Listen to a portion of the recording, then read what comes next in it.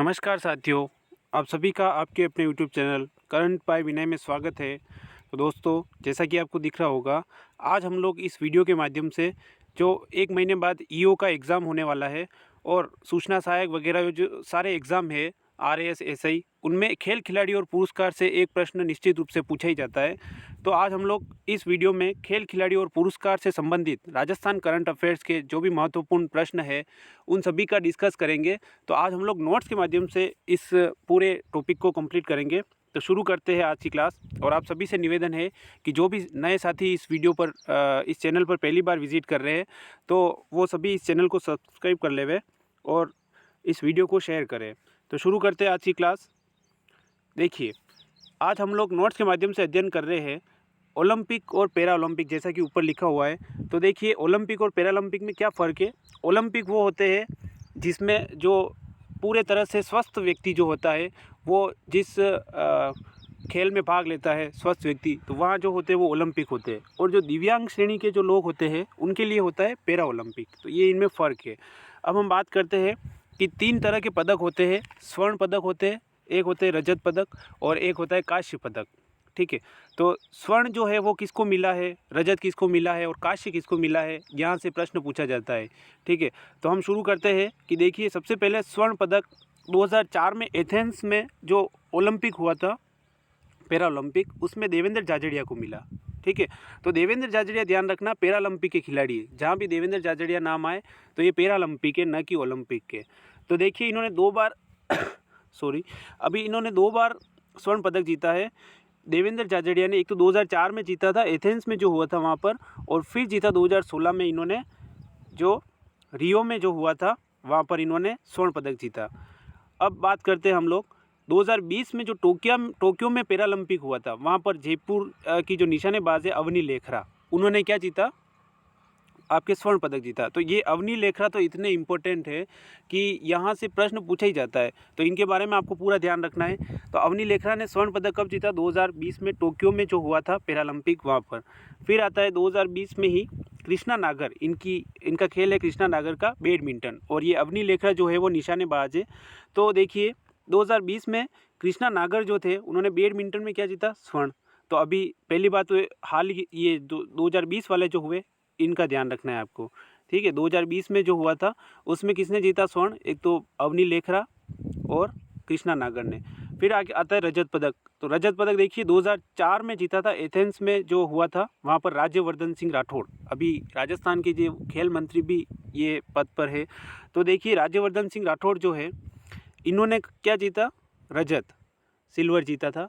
लेकिन ये ध्यान रखना, ये ओलंपिक था इनका खेल, क्योंकि ये दिव्यांग नहीं है। जैसा कि मैंने बताया, जो दिव्यांग होते हैं वो पैरा ओलंपिक में भाग लेते हैं। तो राज्यवर्धन सिंह राठौड़ जो है उन्होंने सिल्वर जीता।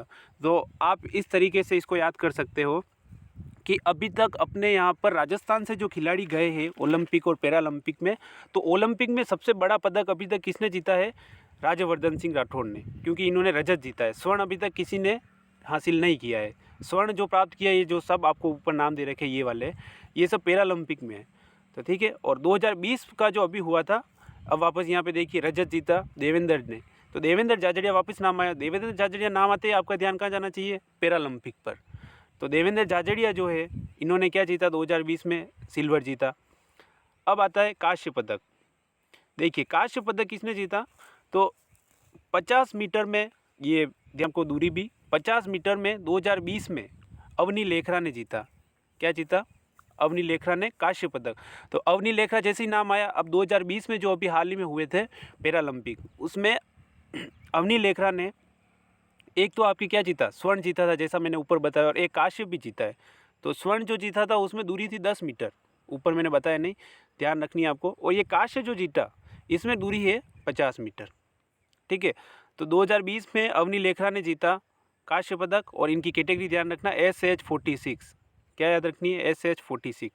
अब और कांस्य पदक किसने जीता, 2020 में अभी हुआ था, उसमें F46 कैटेगरी, इनकी कैटेगरी है F46, और अवनी लेखरा की थी SH46, ध्यान रखना है। सुंदर सिंह गुर्जर जो है करौली के, भाला फेंक इनका खेल है, इन्होंने जीता कांस्य। तो ये कंप्लीट हो गया आपके। अब ये जैसे कि मैंने बता रखा है ऊपर 2004 वाले, ये इतना आप याद नहीं रखो तो भी चलेगा, लेकिन अभी 2020 वाला जो हुआ था उसके आपको याद रखने। तो एक बार जल्दी से वापस इसको देख लेते हैं कि स्वर्ण, रजत और कांस्य। स्वर्ण जीता था अवनी लेखरा, ठीक है, कृष्णा नागर ने, और अभी कांस्य जीता था 2020 में सुंदर सिंह गुर्जर, अवनी लेखरा। आगे देखते हैं। अब देखिए भाग लेने वाले खिलाड़ी, ओलंपिक और पैरालंपिक में भाग लेने वाले खिलाड़ी कौन कौन है, यहाँ से एक प्रश्न पूछा जाता है। देखिए ओलंपिक जो हुआ था उसमें अभी 2020 वाले में 4 जो खिलाड़ी थे इन्होंने भाग लिया, जैसा कि यहाँ नीचे देखिए लिखा हुआ है कोने में 4 खिलाड़ी। कुल कितने खिलाड़ी थे? 4 खिलाड़ी। किसमें? ओलंपिक में। और पैरालंपिक में कितने थे? 6 खिलाड़ी थे। राजस्थान से 6 खिलाड़ी गए थे पैरालंपिक में, और ओलंपिक में गए थे 4। अब इधर बात करते हैं ओलंपिक में।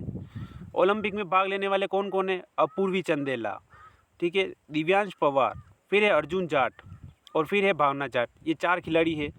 अब इन चारों में से जो ऊपर वाले तीनों है ये जयपुर के, जैसा कि बता रखा है, ये अपूर्वी चंदेला, दिव्यांश पवार और अर्जुन जाट जो है वो जयपुर के हैं, और भावना जाट है राजसमंद की। इनके सामने लिखा हुआ है भावना जाट जो है पैदल चाल की खिलाड़ी है।